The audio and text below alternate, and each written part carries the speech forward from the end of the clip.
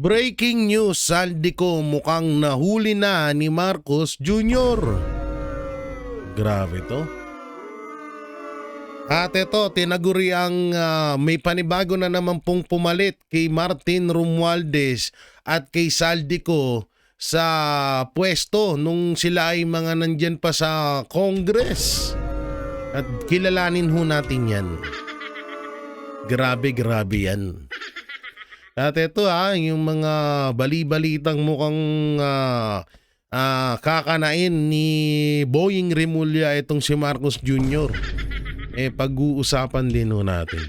Grabe no, sabi ko na nga ba kung mawawala man si Saldico sa Congress bilang House of Leader or Chairman ng Appropriation, basta yun na yun. Bulol no? Alam naman natin na may mga papalit dyan. Siyempre, hindi pwedeng, ang mga magnanakaw, hindi yan nakukontento sa mga nanakaw nila. Kaya tuloy-tuloy ang nakawan ng mga yan. So ngayon, eto nga, may pumalit na. Pero alam ko na ito ay kautusan pa rin ni Martin Romualdez. Alam ko na siya pa rin ang utak ng lahat ng ito. At ayun, speaking of Saldico, etong palasyo ay mukhang nagpaparamdam na na nahuli na nila etong si Saldico. Kasi parang biglang kasi kung matatandaan natin, halos mag-iisang linggo na kung di ako nagkakamali, na hindi naglalabas ng video etong si Saldico. Hindi ko ba alam, baka December lang or baka tawag dito, baka lang ho yung natin, yung baka ayaw niya lang sirain yung Pasko natin o yung okasyon sa mga nitong December, kaya hindi siya naglalabas ng video. Pero meron pong isang video kung ipapakita na sa inyo na parang talagang nasa kamay na ng ni Marcos etong si Saldico. Kasi parang na sila, umaatras na sila na mahuli or madakip etong si Saldico. Kasi kung matatandaan nyo, atat na atat silang mahuli to. Pero bigla silang umatras ngayon. Bakit kaya? Yan yung matinding pag-uusapan natin ngayong araw na to, mga banateros, mga kabiyaya. At syempre, bago natin to simulan, huwag nyo na rin pong kalimutan na i-like and share itong video na to para mapanood pa po ng iba pa nating mga kababayan. So, dito muna tayo. Ayan. Tanggalin muna natin si Tatay Digong. Ayan. So dito, ayan na naman. Marami na naman maiinis sa'yo dito, Marcos. Mga pinagagawa mo talaga, wala. Ay, nako po. Oo, hirap na nga yung bansa natin. Nagbigay ka pa sa kabila. Ito, hindi naman masamang magbigay. Wala naman masamang magbigay dyan. Kaso nga lang, alam mo nang hirap ang bansa na kung kami nga tinitipid mo, kung yung mga Pilipino tinitipid mo, bakit ka pa magbibigay doon sa kabila? Eto nga, Pilipinas nagbigay ng 11.2 million donasyon sa UN. Nagbigay ang Pilipinas ng $200 o humigit kumulang 11.2 million sa United Nations Center Emergency mga krisis sa mundo. So yan nga yung natin, yung isa sa mga nakita natin na medyo medyo kinainisan ng mga netizen to. Hindi naman sana masama ito na magbigay ka. Wala naman masama dun. Ang problema kasi kaya nga dinadaing ng mga Pilipino dahil sobra silang magreklamo sa administrasyon dahil kulang ang binibigay sa kanila. At alam naman din natin na grabe yung nakawan na nangyayari ngayon sa bansa natin. Tapos etong si Marcos nagbigay pa ng 11 million sa ibang bansa na hindi hamak na mas mayaman pa sa atin. Yun yung masaklap doon. Di hamak ho na mas mayaman pa ho sa atin etong UN. Pero binigyan pa ng kahit sabihin na natin crisis sa kanila, wala namang problema magbigay doon. Kaso nga lang, sa panahon nung ngayon, na kung biruin mo yung 11 million na yan, kung dinagdag niyo yan doon sa 500 na Noche Buena, na ipapamigay nyo sa mga Pilipino, di malaking bagay yan, di ba? Ako, para sa akin ulitin ko, hindi ho masamang magbigay. Kaso nga lang, kung gipit ka na or wala ka na talagang alam mo yun na kailangan din ng mga nasasakupan mo, ilaan mo na lang sana doon. Anak ng teting, nagbigay ka pa sa ibang bansa, gutom na nga dito. Anak ng timang naman, Marcos, oh. Sabi ko sa'yo, pag matulog eh. Napagtripan mo na naman to. O, dito naman tayo sa isa. O, eto. Itigil nyo na ang bidding sa DPWH.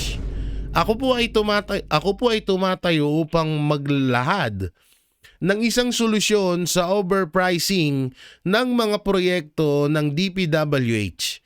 Itigil ang bidding sa pamamagitan ng rebid ng DPWH ng mga proyektong hindi sapat ang ibinabang presyo sa bidding. Alam nyo, 'di ba? Ito ay nasabi na rin to ni Diskaya. Dito kasi sa mga bidding na to, dito nagkakaroon na yung tinatawag na for the voice or kickback ng mga politiko. So kung sino daw yung ipinapasok, at sinabi rin naman yan din ni Saldico, kung sino daw yung ipinapasok ng mga politiko doon sa bidding na yun, yun lang daw ang makakakuha ng proyekto. At dahil doon, doon sila nakakabuelo na makapagnakaw.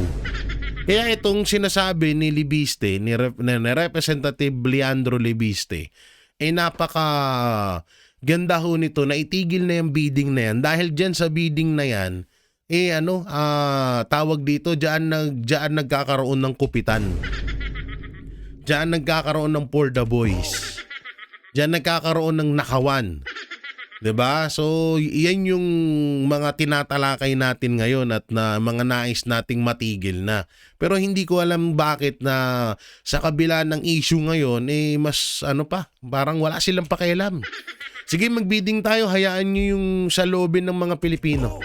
Hayaan nyo yung mga saloobin ng mga netizen. 'Di ba? So, ang masama kasi dito hanggang ngayon, hanggang hindi napapalitan si Marcos at nandyan pa rin si Martin Romualdez, andyan yung kanilang mga galamay, hindi pa rin matatapos tong nakawan na to. Katulad na lang nito na meron pa rin na bidding na yan. At yung yung isang small forum, hanggang ngayon hindi yung private forum na kapag idinaan yung budget sa Congress, may final destination pa.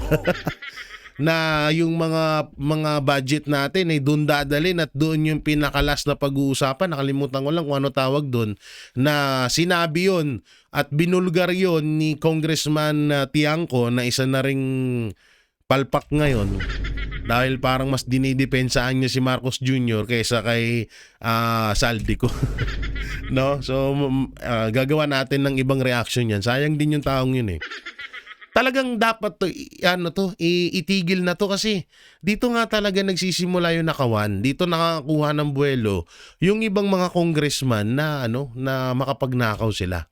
At sinabi mismo yan nung mga kontraktor na involved dito ngayon sa 2025 flood control scam. 'Di ba? So ewan ko na lang bakit tuloy-tuloy pa rin. O baka talagang makakapal na lang talaga yung mga mukha ng mga hayop na yan na wala na silang pakialam sa hinanaing natin.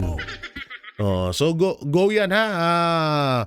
Buti na lang merong may mga iilang congressman pa talaga na maaasahan natin diyan sa Congress, katulad na lang nito ni Congressman Leandro Libiste.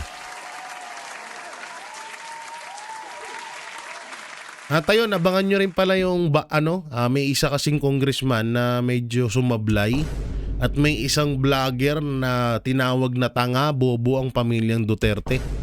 Vlogger po ito ng Duterte at hindi po siya, hindi totaling vlogger ng Duterte, mali. Vlogger po ito na sumusuporta sa mga Duterte na medyo hindi ko rin alam kung sumusuporta ba talaga siya o talagang lookout lang siya dito. Kilala nyo nyo tong vlogger na to. Baka mamayang hapon i-upload ko yung video. Abangan nyo po yun, ha. O tsaka yung congressman na sumablay. O sige, ha. O dito naman tayo. Sabi ni Ngiwi, ba't kaya ganito mga anti-Duterte? Ba't ganito mga... Sorry, ha. Hindi naman po ako sa nanglalait, pero nagtataka ako bakit lahat ng halos mga... Alam mo yung parang kung hindi may mga saltik sa utak, may mga saltik sa muka. Katulad nito, yan o, tignan mo yung saltik niya sa muka. Sabi niya, 15 na 11 pa. Sabi ni Ombudsman Remulla, may makukulong na raw sa senador. May makukulong na raw ng mga senador. Ngayong December 15, may nakulong na ba? 15 na 11 pa. Sabi ni alam mo, Representative, may mention na kita, Representative Percy Paloma Sendanya. Ganito kasi yan. Hindi kaya dapat mas unahin mo yung mga kasamahan mong congressman bago sa mga senador. De hamak na sila yung mga malalaking insertion kaysa sa mga senador. Dapat diba sila yung mga inuuna mo? Tsaka sinong mga ipapakulong? Una-una, Senator Chis Escudero, hindi naman, hanggang ngayon, wala naman kayo maipakitang ebidensya na laban kay Senator Chis Escudero mapatungkol doon sa issue na 30 million na i-donate sa kanya ng isang kontraktor na ayon naman din doon sa kontraktor ay sa sarili niyang pera yun. Hanggang ngayon, wala kayong maipakitang ebidensya, di ba? O, puro lang pagngingiwi ng panga ang pinapakita nyo. O katulad na lang din nung kay former Senator Bong Revilla. Hanggang ngayon wala rin kayo may pakitang ebidensya, puro lang palabas sa mainstream media para lang matabunan, para lang ma-divert yung issue dahil alam nyo ang pamilyang Revilla ay hindi nyo kapanalig. Dahil ang pamilyang Revilla, yung mga anak at asawa or kung sabihin na natin kamag-anak ni former Senator Bong Revilla ay hindi pumirma sa impeachment kay VP Sara Duterte kaya ngayon ay ginigipit nyo sila. Ganon din ang nangyayari kay Senator Bongo na mga binabato yung issue, wala rin kayo may pakitang ebidensya. So kami na mga ordinaryong Pilipino, mas gusto namin na maunang makulong yung mga congressman na involved dito sa flood control 2025 scam kaysa sa mga senador, dahil yung sa mga senador halatang panakit butas lang sila or ginagawa silang panakit butas sa issue ni Martin Romualdez na leader nyo. 'Di ba? Percy Paloma, anak ng teteng, dapat mas una mong ipanawagan kay Ombudsman na unahin niya yung mga congressman, hindi yung mga senador. Tsaka ikaw, bakit tinaguri ang pork bar, asan ba yung pork barrel king?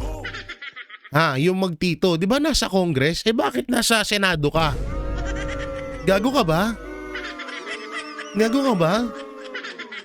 Hirap sa'yo sobrang paggingiwi ng panga mo, wala ka ng utak.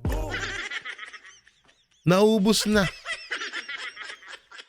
Tsaka ito talagang halatado yung galawan nyo na kayo ay mga puppet ng Administrasyong Marcos. Bakit? Biruin nyo, yung alam nyong kinakamuhian ng administrasyon, dun lang din kayo nakatutok.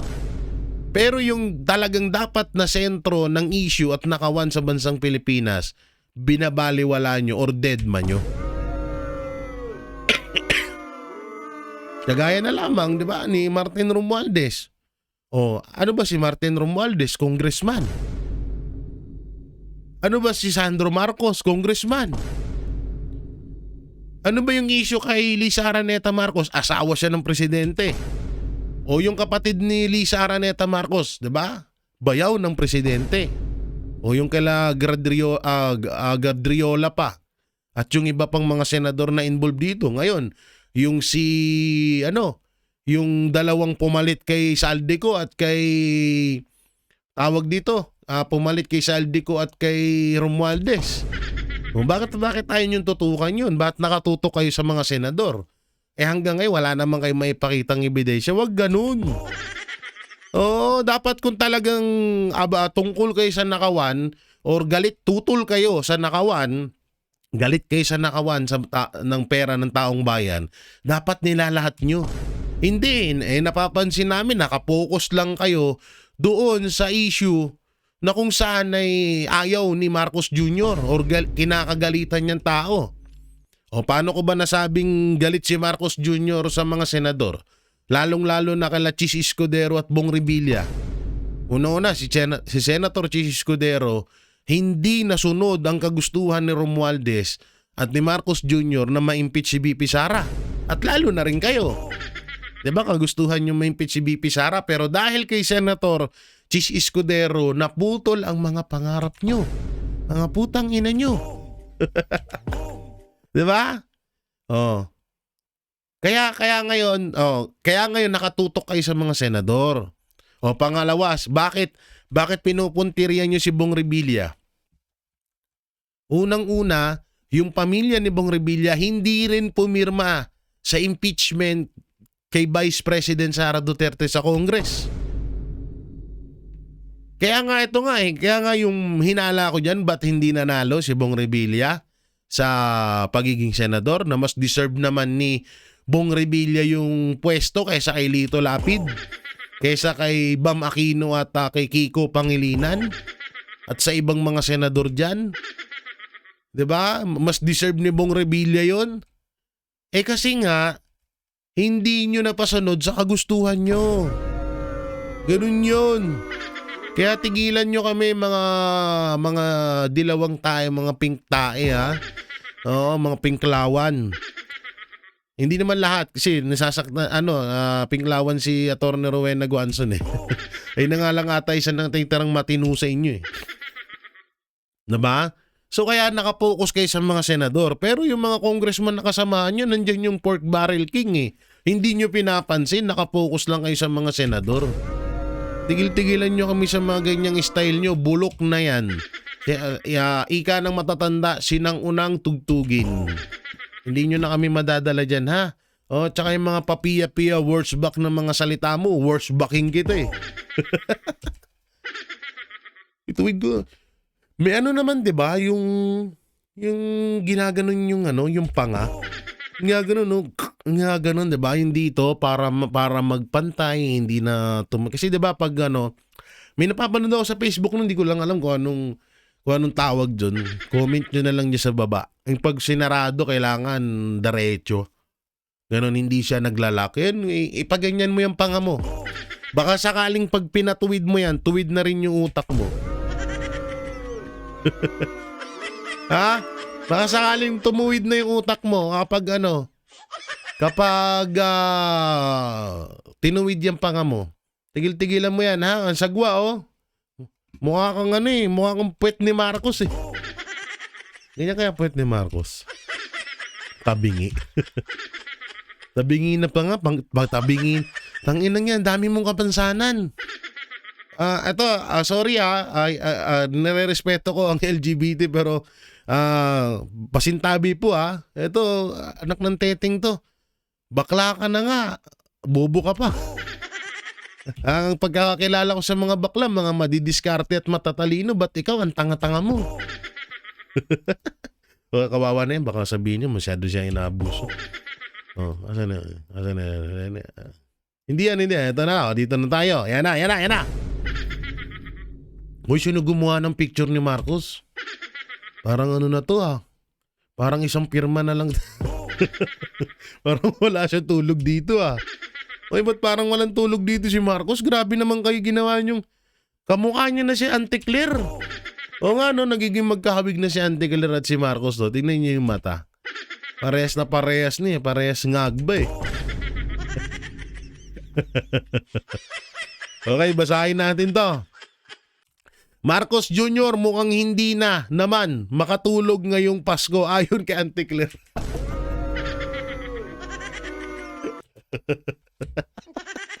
Gago ka, Auntie Claire. Ang ina mo, di mo alam.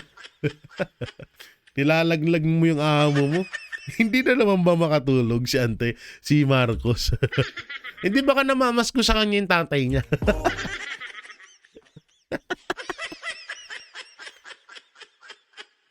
Baka namamas ko si Senior Marcos. Kaya hindi na naman siya makatulog. Kung tayo ng dami kong problema ngayon, Auntie Claire, pinapatawa mo ko. Hayop ka. Visit na to. Sinabi niya ba talaga to? Gago puta, Marcos Jr. Mukhang hindi na naman makatulog ngayong Pasko ayon kay Auntie Claire. Bakit? Namamas ko yung tatay niya. Anak, baka na. Ayop ka, Auntie Claire. Ito. Mukhang wala talagang tulugan ito kasi hindi naman biro na aralin itong enrolled copy ng GAB.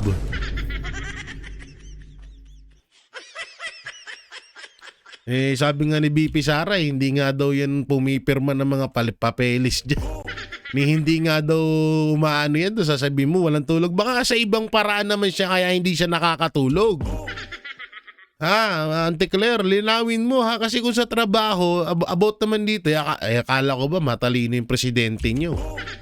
Diba? Sabi nga ni Lariga doon, walang adik na matalino. Oo, wala daw matalino doon si Marcos Jr. Bakit dito parang nagiging tanga siya? Dali-dali lang yan, baka sa ibang bagay naman siya hindi makatulog, ginawa nyo na naman dahilan to. O hindi kaya dinadalaw si Marcos Jr. Kasi diba sabi ni Marcos Jr., nakakausap niya yung tatay niya. O hindi kaya baka nakakausap niya rin yung ibang mga tropa niya dati gaya nila Bongdasa. Pare, tara na. Bomba na. Pare, bomba na, pre. Pre, magdi-December na, kailangan natin bumomba. Ay, hindi kaya ganon?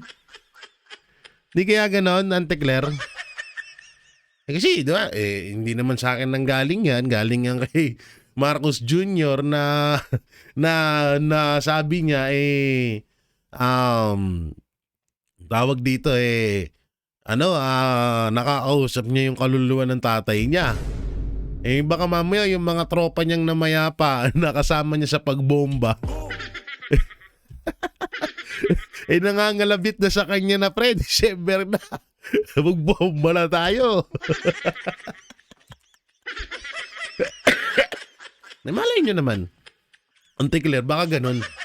Minsan tanungin mo din si Marcos tanungin mo siya, sir, dinalaw ka na naman ba ng mga kaibigan mo? Kasi kung yung tatay niya ng ilang taon nang namatay, halos ilang years na ilang dekada na nakakausap pa ni Marcos what if pa kaya yung mga tropa pits niya nakasama niya sa pulburon. Ay nako.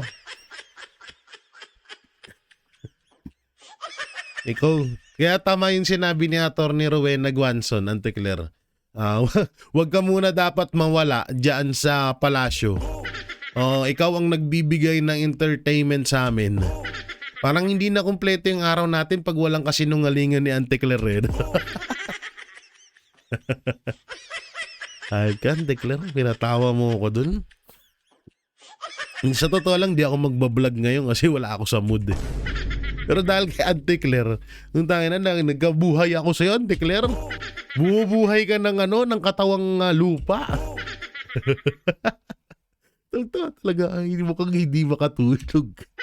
Kaya pala ganun, okay. Kaya pala ganun yung picture dito ni Marcos kasi hindi nga naman makatulog. Ay, nako. Kakaiba ka? Bagay na bagay. Hindi, promise, bagay na bagay talaga. si Anticler sa administrasyong Marcos. So, talagang pit na pit siya sa galawan ng administrasyon.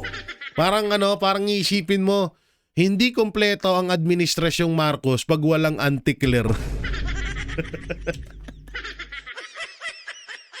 Ay, nako. Nagsama-sama. Ang galing ni Marcos, no? Akalain mo yung Marcos sa pagsama-sama mo lahat ng tangang tao sa mundo.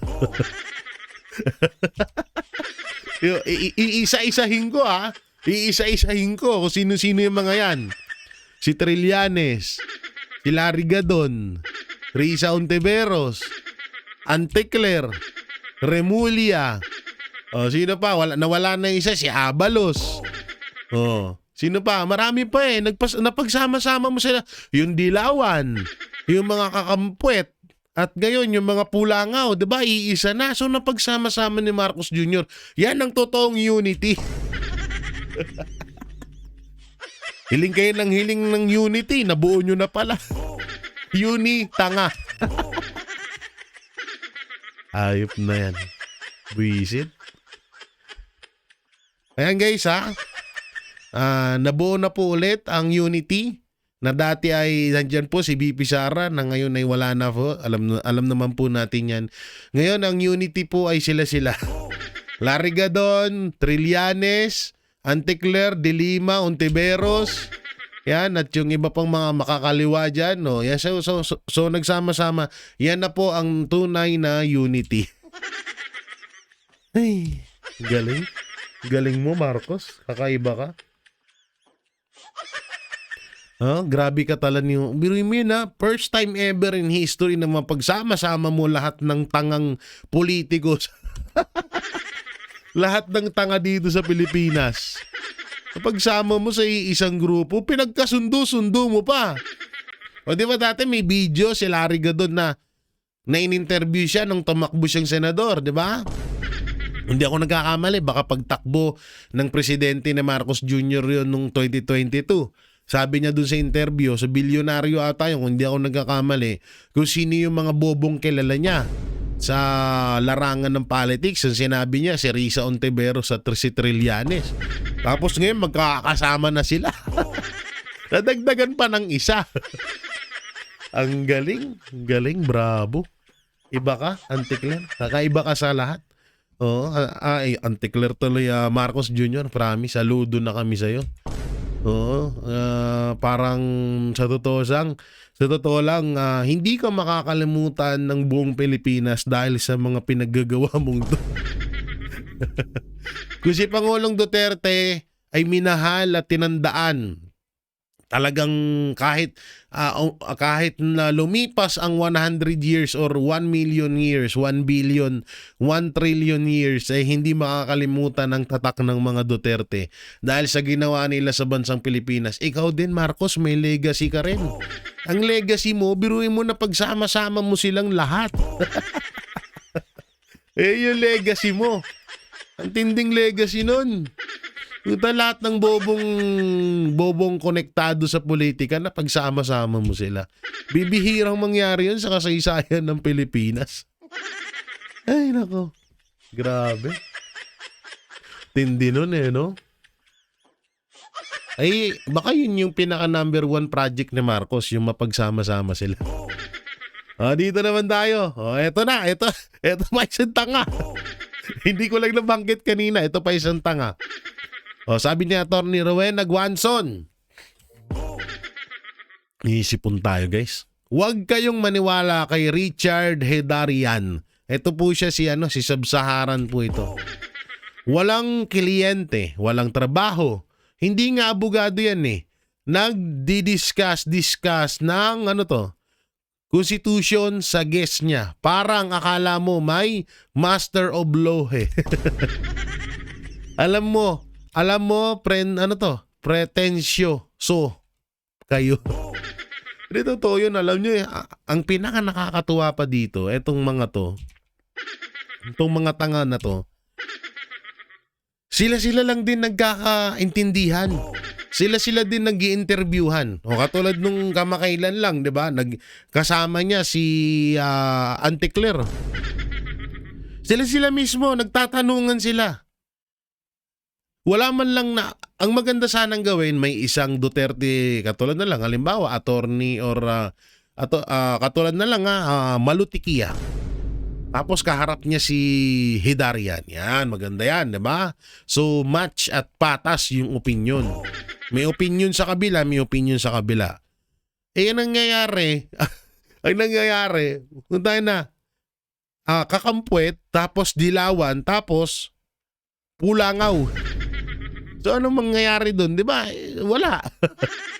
Oo, sila lang naglolokohan. Naniniwala sila sa mga katangahan na mga pinagsasabi nila doon. Ganyan yung strategy nila eh. Kaya nga sabi, etong sinasabi ni Atty. Rowena Guanzon, wala tong mga to. Unang-una, putangina wala kang kliyente, wala kang trabaho. Una-una, hindi ka naman din abogado at hindi rin naman, kasi may mga abogadong mga dilawan ha. May mga abogadong pinklawan. So hindi rin doon medyo 50-50 ako dun sa tsaka ito, ang ibig sabihin kasi nung sinasabi ni Atty. Rowena Guanzon na hindi nga abogado yan kasi about doon sa konstitusyon. No, kasi kapag usapang konstitusyon, abogado talaga ang pinaka number one na niyan na talagang makakapag-deliver ng katotohanan na nanggagaling sa mismong kasulatan ng konstitusyon natin. So mga lawyer yun, hindi itong mga biglang susulpot na political analyst, political expert, political science. Yung tanginang yan. Yung tanginang lahat na nasa inya. Kami nga, eto na lang kung talagang may mga political analyst na may tuturing, political science, talagang lehitimong nandiyan sila Ma'am Malutikia, Ma'am Ana, syempre sama na natin Banat Bay, sino pa ba? Yan, sila Atty. Rowena Guanzon, Atty. Panelo, so yan talaga yung si Sir Jay Sonsa, Doc Lorraine Bado, yun yung mga talagang masasabi mong talagang hindi one-sided, hindi porket Duterte supporters pag mali, didepensahan pa rin. 'Di ba? Yun yung mga talagang lehitimong masasabi mong may mga pinag-aralan at talagang deserve doon sa salitang political expert. Putang inan to, kailan ko lang din nakilala to eh. Yung sa Sub-Saharan ko nga lang nakita yan. Ito, may isa pang tropa to na tropa nila dati, nakasamahan ko din sa TBJ noon. Nakasama nila, tumakbong senador. Isa din ob-ob katulad nila. Ay nako. Ito malupit Ang pagtanggap ni Plavie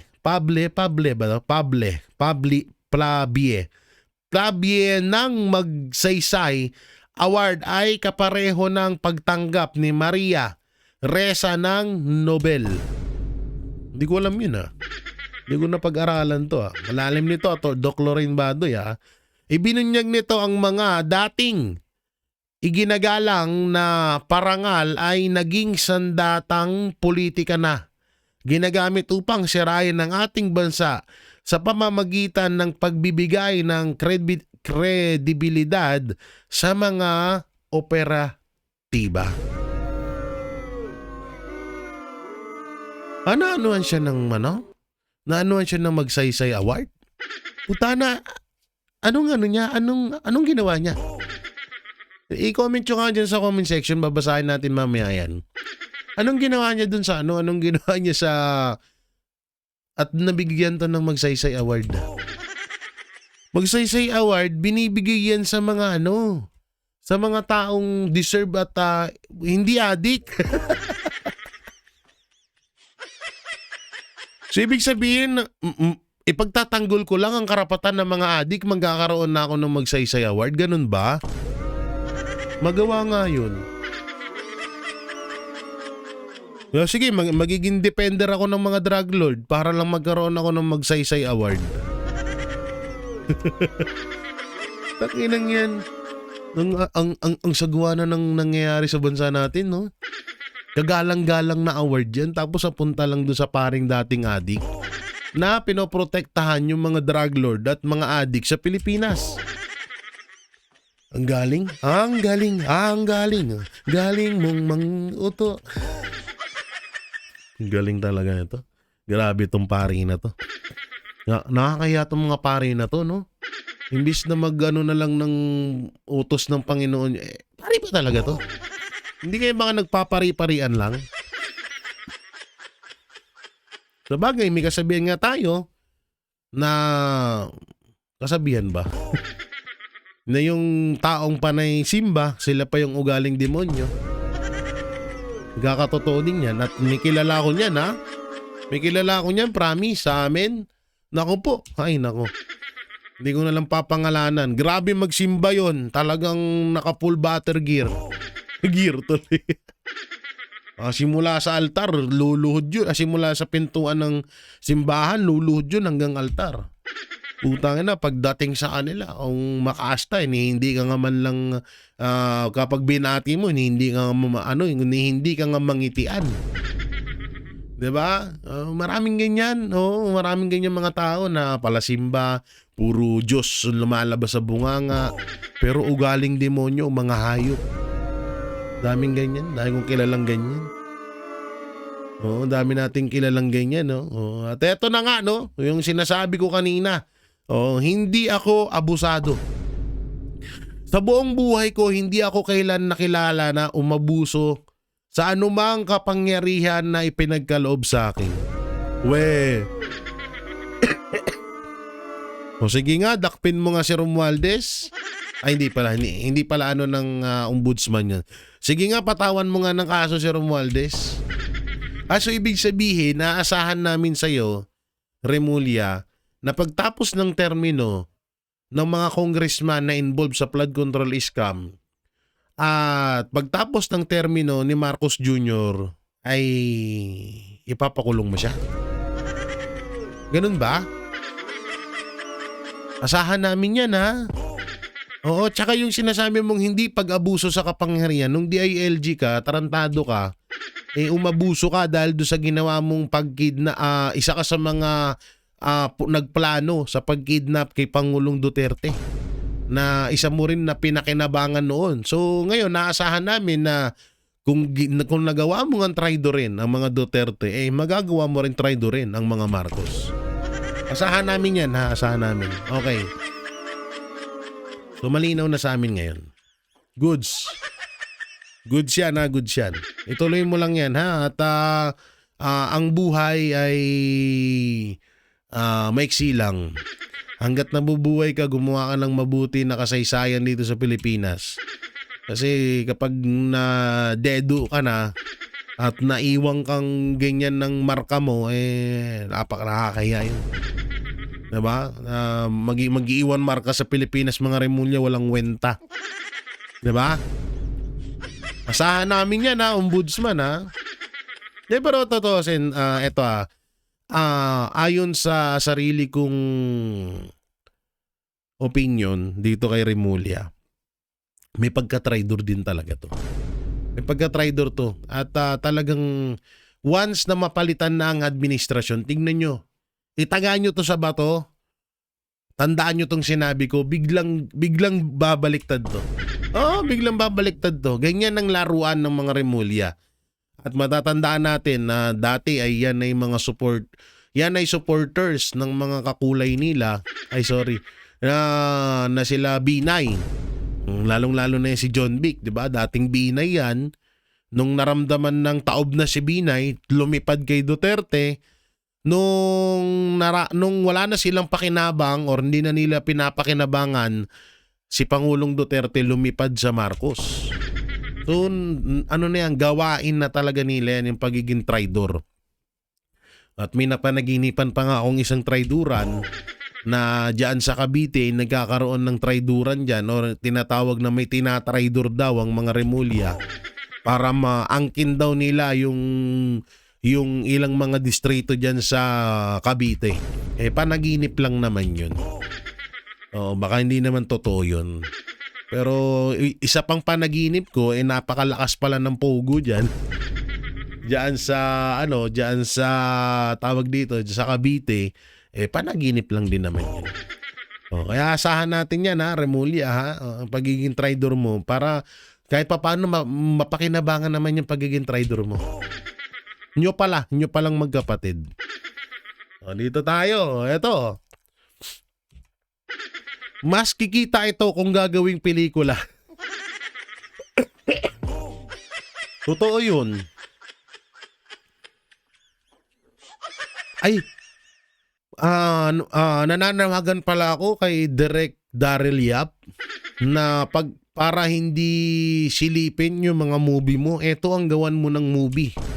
Napakagandang palabas ng mga dilawan itong movie na ito. Itong mapatungkol sa Bagman ni BP Sara. Ang title, The Bagman, 1991.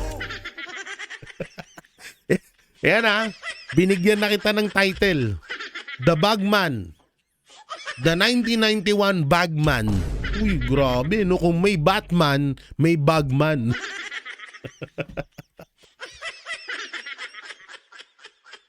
Isang sibilyan pero Isang sibilyan pero presidente mismo nag-assign sa kanya sa PSG, military unit ng PSG. Tapos naging teacher naging teacher pa ng technical driving at strategy transport. Sa mga graduate ng BIP course ng PSG, may maaalala ba kayong subject na strategy transport? Parang James Bond ang karakter ni hindi nakita o nakilala ng mga naging PSG commanders. Ganun pala to si Ramil Madrid. Ito General Fillmore na ang nagsasabi niyan. Hindi pala to hindi niyo pala to kilala. Hindi niya. Hindi baka si si Shadow Man. O kaya si sino ba yung ano ba yung movie yung naging nagiging invisible? Saka ngayon ko lang narinig strategy of transport. Strategies of baka hindi ito sa PSG, baka sa DPWH.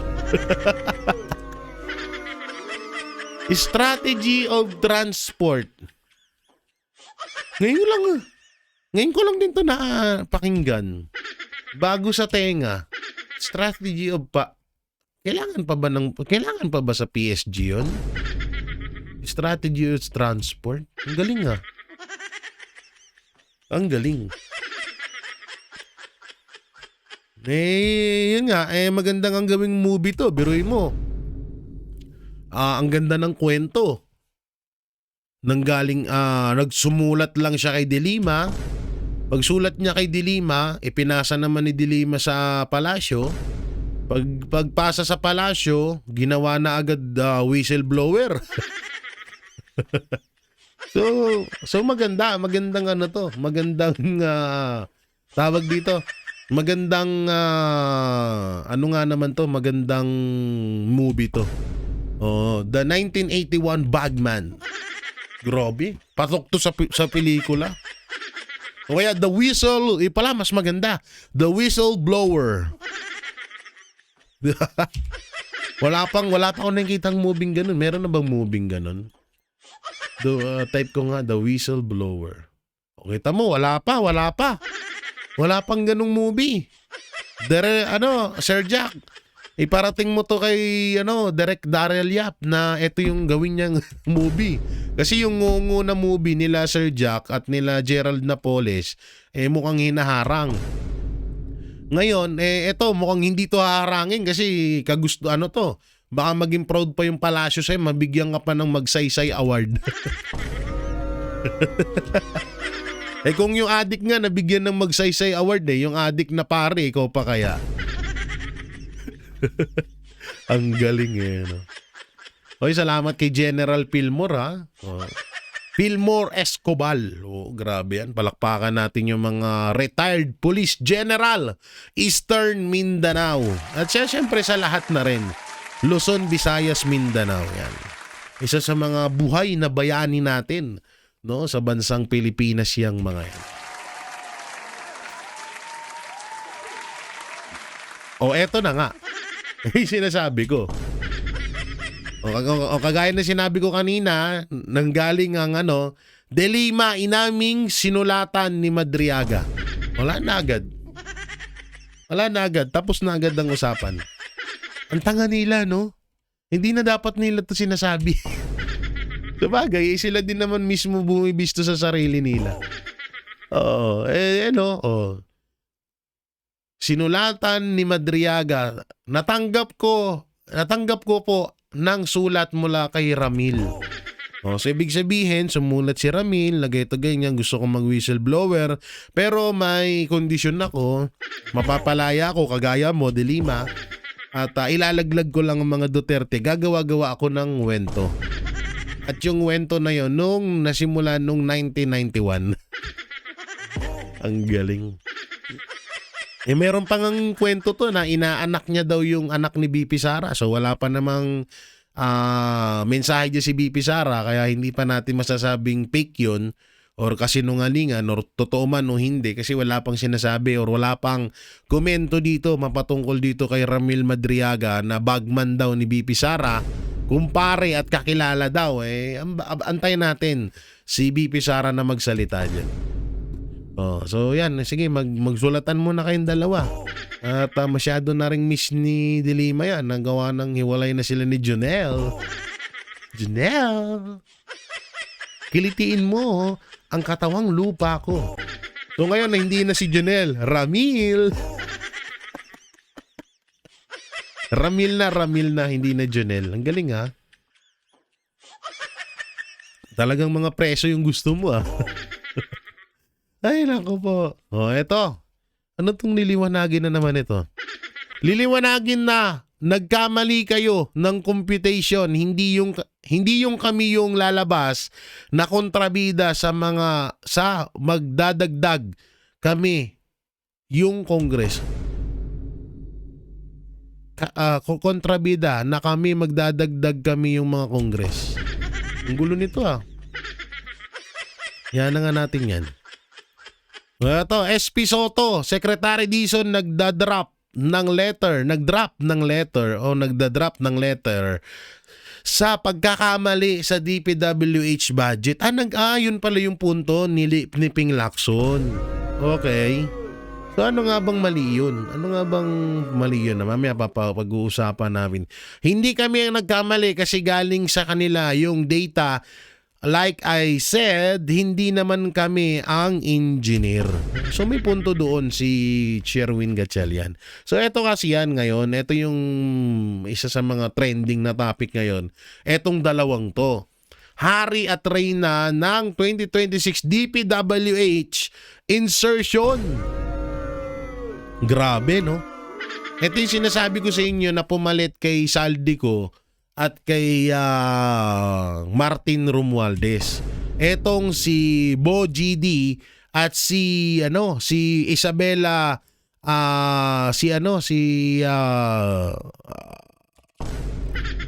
anong pangalan nito? Sultan Kudarat. Ito si Swan Singh. Si Swan Singh po, ito ay nakitaan din natin na malang Stella Kimbo din po ng gawain nito. Lahat ng mga project doon sa nasasakupan niya may logo na letter S. Swan Singh. Na kulay violet. Yellow and violet. Ibinunyag ng PCIJ na ang 6th District ng Isabela ni Speaker Bo GD ang tumanggap ng pinakamalaking budget insertions sa panukalang 2026 DPWH budget. Kasunod nito ang mga distriktong kinatawan ng magkapatid na Swan Singh sa Nueva Ecija at Sultan Kudarat. Grabe. So ito po yung video niyan ha. Papakita ko po sa inyo yung video niyan. So ito po yung video niyan, i-play po natin ha, para lubuso nating maunawaan. Pangatapos ang issue sa questionableng insertion sa 2025 budget, tila hindi pa rin talaga natututo ang ilang kongresista. Sa Grabe, no? ulat ng PCIJ, House leaders pa raw mismo ang may pinakamalalaking singit para sa 2026 budget. Ang detalye sa agenda report ni Elijah Bonzo. Ilang buwan na ang nakalipas matapos magkaroon Tindi. ng palit liderato sa Kongreso, bunsod ng sunod-sunod na pagputok ng issue na may ugnay sa flood control scandal. Pero Grabe. sa House of Representatives, napalitan man ang mga pangalan, parehas na mga posisyon pa rin ang nakatanggap ng pinakamalalaking insertions Matindi. sa 2026 DPWH budget, ayon sa huling ulat ng Philippine Center for Investigative Journalism o PCIJ. Una sa listahan ay ang pumalit kay Congressman Martin Romualdez bilang Speaker na si Isabela 6th District Representative Bogie D. Ang distrito ron ni D ang nakatanggap ng pinakamalaking insertion mula kasi sa isinumiting proposal ng DPWH, tinatayang 1.1 billion pesos lang ang allocated. Pero tumripli ito sa 3.1 billion pesos sa House Tangina, no? proposal matapos magkaroon ng halos 2.7 billion peso insertion. Grabe. Pangalawa sa listahan ang pumalit kay resigned Congressman Zaldico bilang Appropriations Committee Chair na si Nueva Ecija 1st District Representative Micaela Swansing.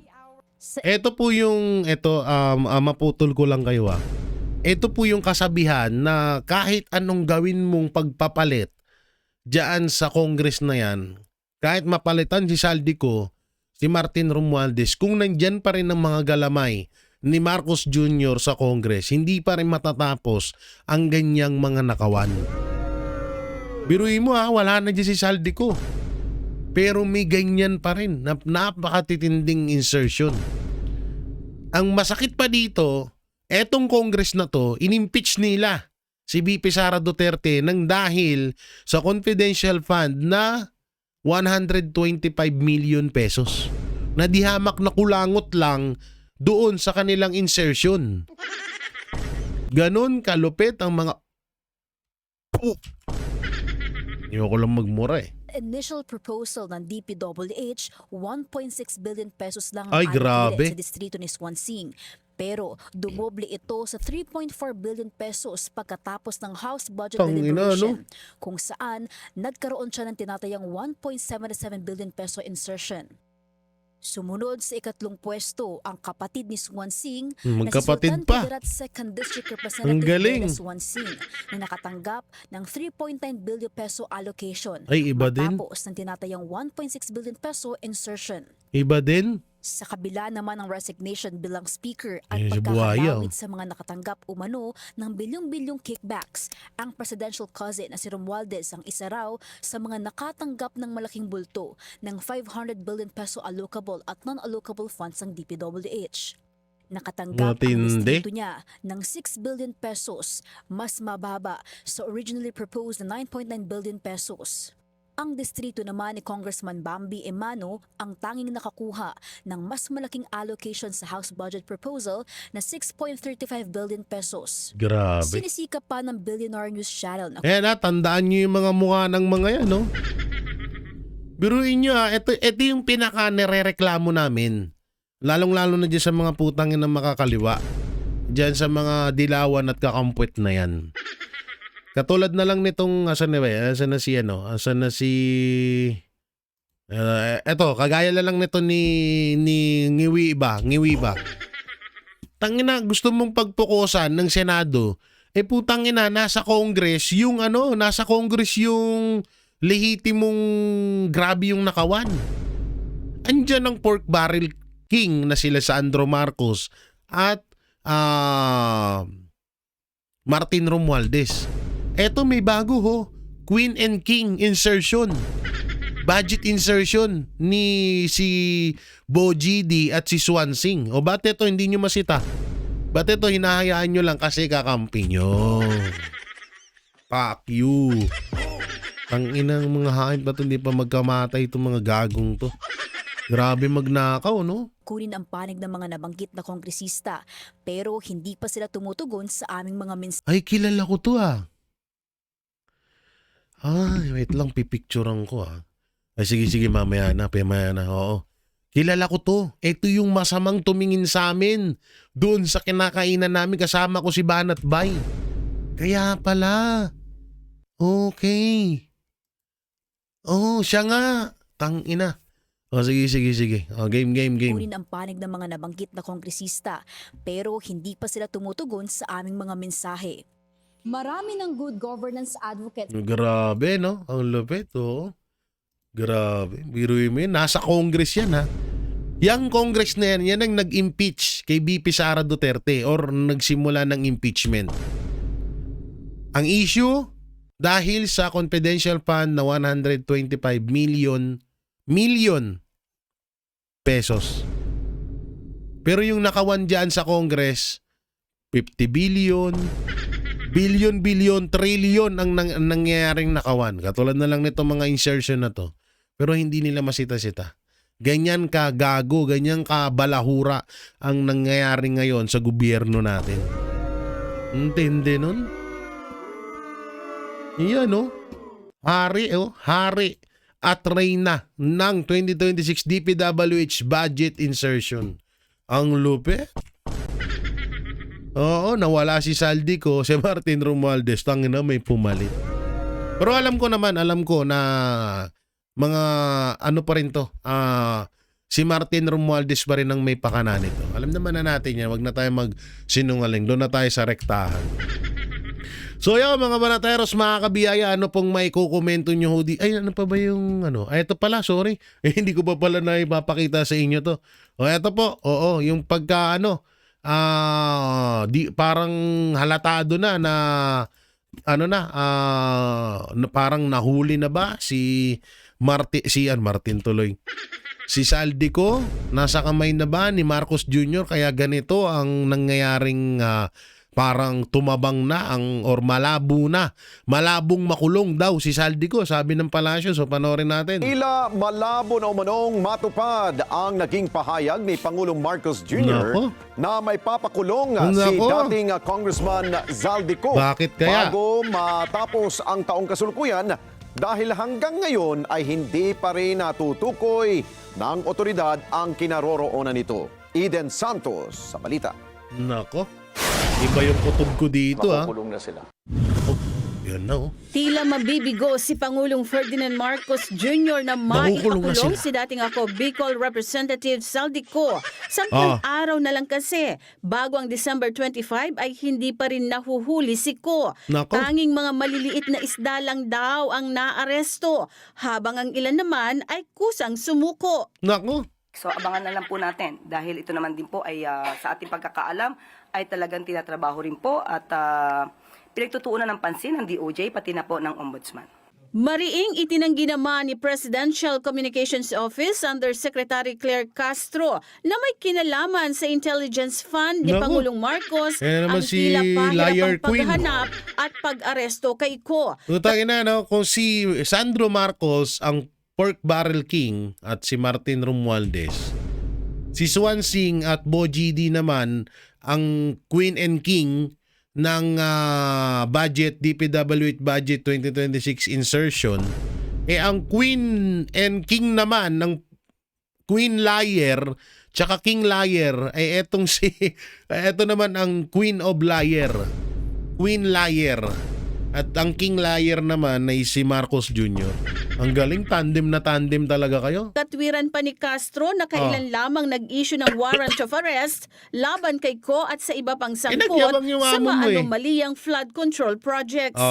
But hindi po ibig sabihin ito na napakatagal na po. Nakita po natin kung paano po magtrabaho ang DILG, Obo. DFA, Oo. at hindi po ito, wala pong kinalaman to sa Intel Funds. Obo. Kinumpirma naman ni Castro na bukas ang administrasyon ni Pangulong Marcos sa mungkahi ni Senate President Pro Tempore Ping Lacson na itap ng gobyerno ang United Nations Convention Against Corruption o UNCAC para tumulong sa paghahanap at pag-aresto sa pugante na si Zaldico. Anya nakausap mismo nila ang Department of Foreign Affairs o DFA, Department of Justice o DOJ at Department of Interior and Local Government o DILG ukol sa issue. Ngayon, According to Foreign Affairs Secretary Lazaro, oh. yes, we can explore Okay. UNCAC, as it has Okay. international cooperation Kwento mo yan. mechanisms, but it will have to depend on the country. Countries are obliged to provide, as applicable and in accord with domestic law, widest possible mutual legal assistance to each other. However, Presidential UNCAC Interagency Committee with the ES as chair should be convened as it implements and monitors UNCAC. Sa parte naman po ng DOJ, base po sa kanila, wala pa pong aktibong ugnayan with UA. Bakit? At invocation of UNCAC. Interpol pa lang po ang coordination. At mula naman po kay Secretary John Vic, sinabi po niya, the matter has been referred to the Commission for Transnational. O, hindi na mahalaga naman yung pinagsasabi mo, kaya putulin na yan. So, tatlo lang to, no? Tatlo lang. Unang-una, hindi talaga nila mahuli. Totoo naman siguro yon. Unang-unang dahilan dito, hindi talaga nila mahuli si Saldico or nahihirapan sila at hindi talaga nila kayang gawin yun. Kasi, at kung tayo naman tatanungin kung sino unang hulihin, nandyan naman si Martin Romualdez. Bakit mo pa masyadong pinag-aaksayan si Saldico? Nandyan naman si Romualdez na talagang siya yung mastermind ng nakawan dyan. Pangalawa, pwedeng ito ay palabas lamang or talagang pinanghihinaan na sila ng loob na or palabas lamang na kunwari ay parang hindi kaya napapahiya ng palasyo. Ito yung pangalawa. Hindi kaya napapahiya na yung palasyo kasi yan ang hirap kay Marcos Jr. Inuna mo yabang mo eh. Na hindi wala na silang Merry Christmas. O ngayon na hindi nyo mahagilap si Saldico, pahiya kayo ngayon. At ang pinakahuli, pangatlo, hindi kaya hawak na ng administrasyong Marcos si Saldico at pinapalabas na lang na hindi nila talaga ito mahuli-huli kahit nasa kamay na nila ito. Kaya masaklap dyan. Hindi kaya ganun yung nangyayari. Kasi kung kamakailan lang at saka bibihirang tumanggap, hindi ganito ang palasyo. Palaging gusto nila angat sila. First time ever ko nakita na parang pinanghinaan sila ng loob. First time ever ko na na ganito yung narinig kong opinion sa mga ganitong bagay na nanggagaling sa palasyo. Kaya pumasok sa isip ko at alam naman din natin na ilang araw na halos magdadalawang linggo o 3 linggo nang hindi naglalabas ng ng expose ng mga video etong si Saldico mapatungkol sa ginawa nilang nakawan nila Marcos Jr. Martin Romualdez sa Congress, sa Kaban ng Bayan, di ba? So ilang so yan din yung inaantay natin. Ngayon, pumasok sa isip ko na hindi kaya hawak na nila si Saldico at pinapalabas na lang nila na hindi nila mahuli-huli si Saldico para hindi mahalata na hawak na nila yung tao. Hindi kaya ganun. Duda ako dyan. Pero malay din natin, baka nahihiya lang sila at tinatanggap na lang nila yung kanilang pagiging sawi. Baka ganun nga naman. Pero ako, duda ako dito. Lalo ngayon na hindi naglalabas ng video si Saldico. Naku po, delikado. So yun mga banateros, mga kabiyayan, nung may kokomento nyo ho dito. Kung kayo ba ang tatanungin ay sa tingin nyo bakit ganito bigla ang ba't parang biglang nang lambot ang palasyo mapatungkol sa pag-aresto kay former Congressman Saldico. So anong pong may kukomento nyo dyan, i-comment nyo lang po dyan sa baba. At syempre, don't forget to like, share, comment, and subscribe sa ating YouTube channel. Pindot na lang din po yung bell button para lagi kayong updated sa ating mga video araw-araw. At pakidamay na rin po ang aking mga kapatid sa Banateros Brothers na sila Banat by Coach Oli, Boss Dada, Master Judea, Paring RJ, and Sir Jack. At syempre sa lahat ng social media platform ng SMNI. At saan nyo ba kami mapapanood tuwing Sabado 6 p.m. to 8 p.m. dito lamang sa Vox Populi, ang boses ng bayan. Yan. So yun, ingat po kayo palagi. God bless and peace and Bye-bye. Yan ang Banateros, walang inuurungan. Pag tama palakpakan, pag mali ay babanatan. Yan ang Banateros, boses ng ordinaryong Pilipino.